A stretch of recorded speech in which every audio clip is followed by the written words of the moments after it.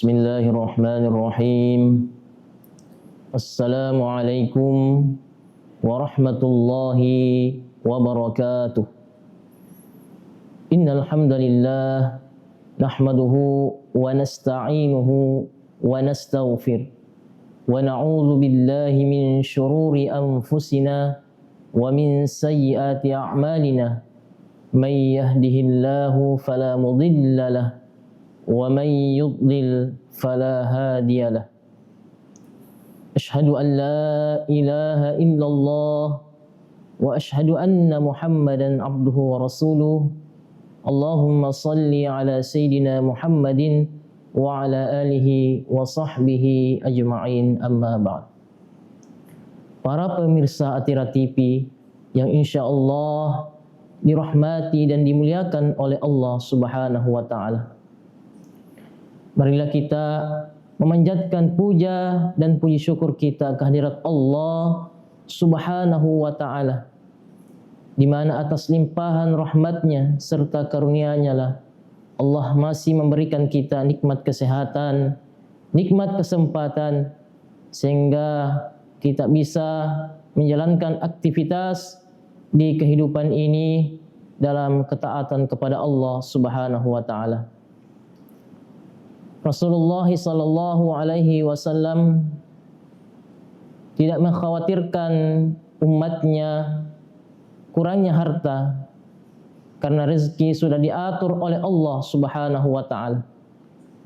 Akan tetapi Rasulullah sallallahu alaihi wasallam mengkhawatirkan kurangnya iman umatnya.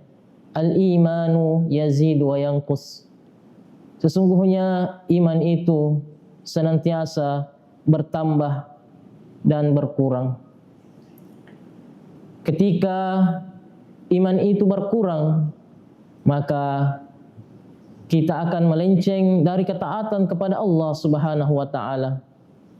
Oleh sebab itu, sebagai orang-orang yang beriman, marilah kita bersama-sama untuk meningkatkan ketakwaan kepada Allah Subhanahu wa taala. Salawat serta salam kita kirimkan kepada suri tauladan kita, Nabi kita, Nabiullah Nabi Muhammad sallallahu alaihi wasallam. Allahumma salli ala Sayyidina Muhammadin wa ala ali Sayyidina Muhammad. Di mana beliau telah membawa umatnya dari alam kejahiliaan menuju alam yang terang benderang seperti yang kita rasakan di zaman ini. Para pemirsa Atira TV yang insyaallah dirahmati dan dimuliakan oleh Allah Subhanahu wa taala. Di dalam Al-Qur'an, Quran surah Al-Maidah ayat 78 sampai 79, Allah Subhanahu wa taala berfirman, A'udzu billahi minasy syaithanir rajim. Lu'inal ladzina kafaru min bani Israil ala lisani Dawud wa Isa bani Maryam. Dzalika bima 'asaw wa kanu ya'tadun. Kanu la yatanahawna 'an munkarin fa'aluh. Labi'sa ma kanu yaf'alun. Di dalam Al-Quran surah Al-Maidah telah dijelaskan bahwasanya telah dilaknat oleh Allah Subhanahu wa taala orang-orang kafir. Laknat secara umum diartikan bahwasanya Allah Subhanahu wa taala telah mengusir atau mengutuk orang-orang yang dilaknat. Tidak ada pertolongan yang diberikan oleh Allah Subhanahu wa taala ketika kita telah dilaknat oleh Allah Subhanahu wa taala.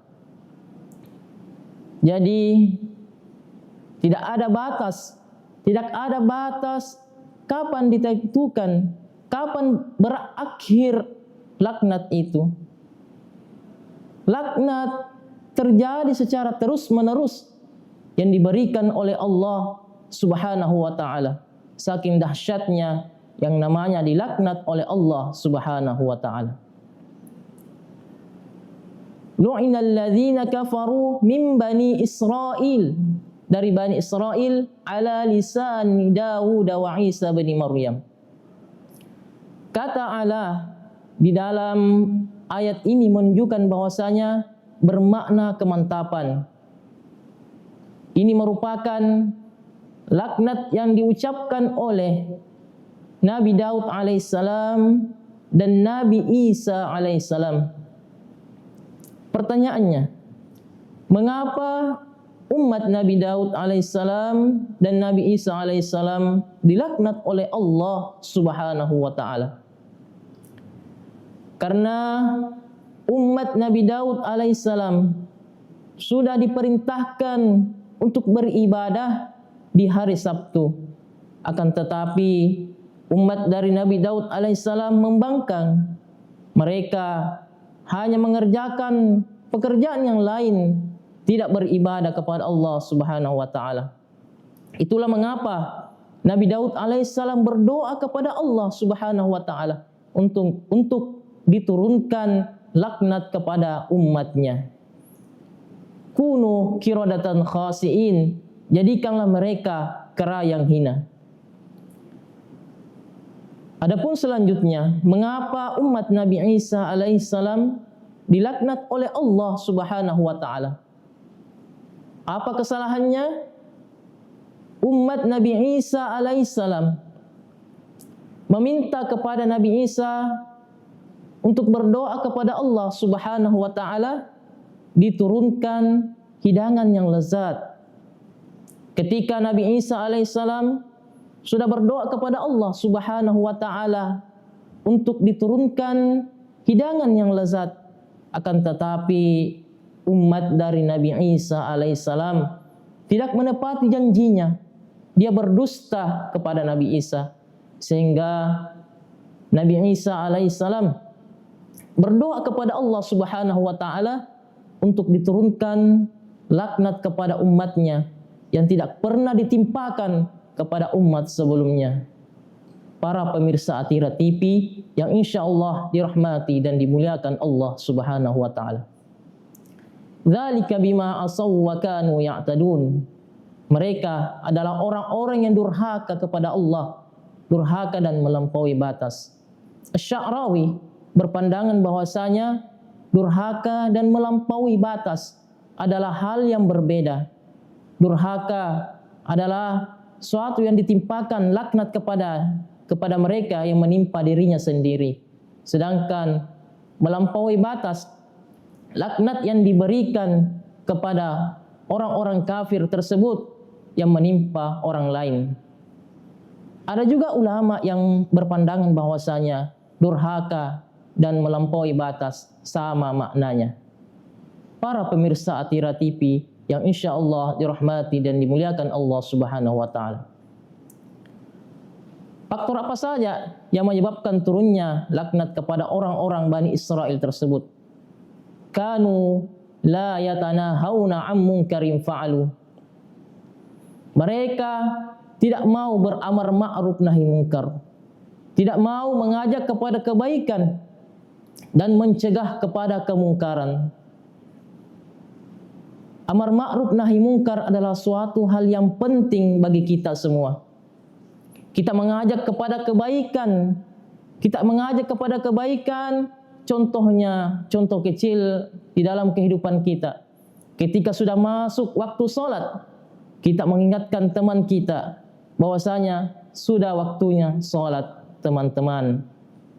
Itu adalah suatu perbuatan kecil, akan tetapi dampaknya besar bagi kehidupan kita.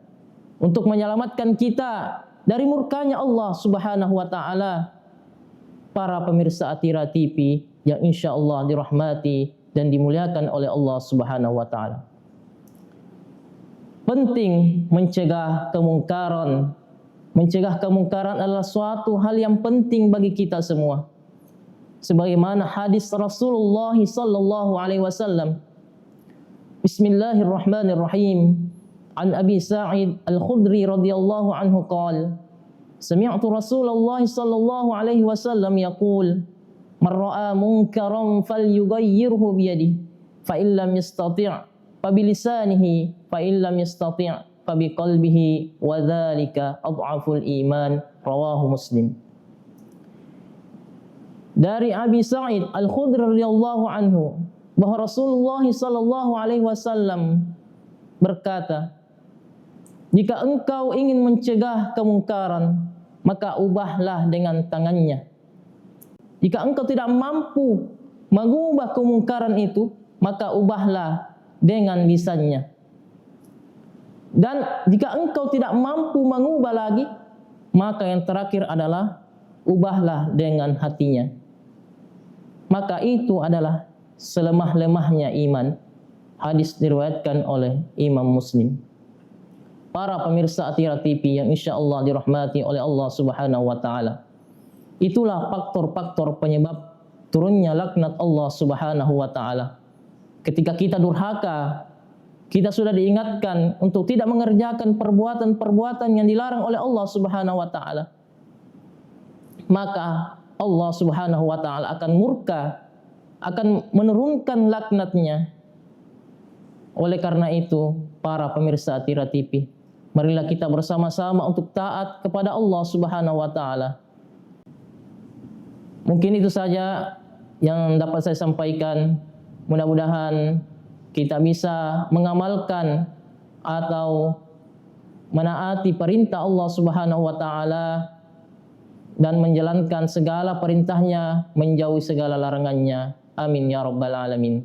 Demikian, wallahul hadi ila sabilir rasyad. Assalamualaikum warahmatullahi wabarakatuh.